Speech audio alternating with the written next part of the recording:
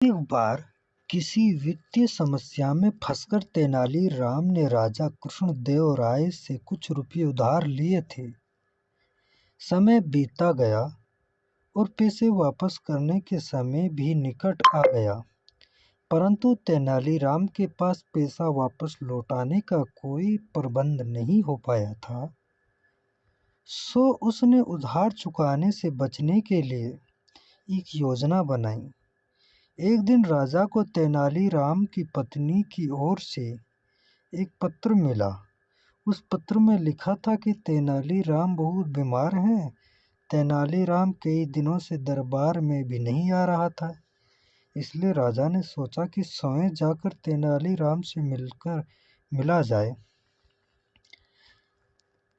साथ ही राजा को भी संदेह हुआ कि कहीं उधार से बचने के लिए तेनालीराम की कोई योजना तो नहीं है।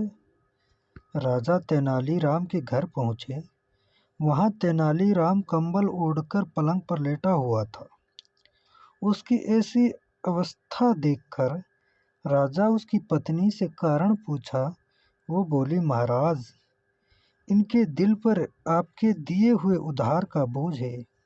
यही चिंता इनके अंदर ही अंदर खाए जा रही है और शायद इसी कारण से बीमार हो गए।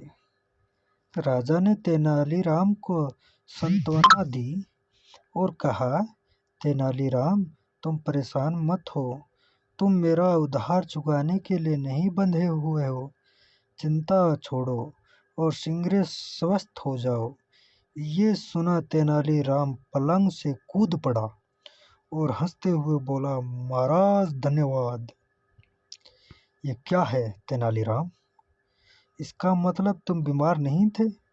मुझसे झूठ बोलने का तुम्हारा साहस कैसे हुआ?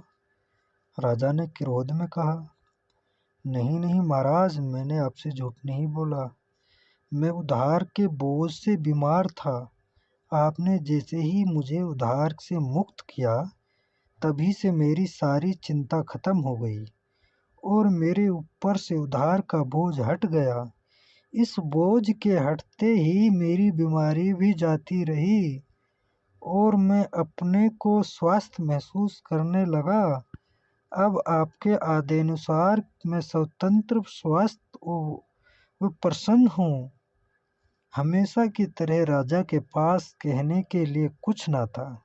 वो तेनालीराम की योजना पर मुस्कुरा पड़े। दोस्तों, कैसी लगी मेरी ये कहानी? और भी ऐसे ही इंटरेस्टिंग कहानी सुनने के लिए हमारे YouTube चैनल को सब्सक्राइब ज़रूर करें और अपने दोस्तों में भी शेयर ज़रूर करें। फिर मिलते हैं अगली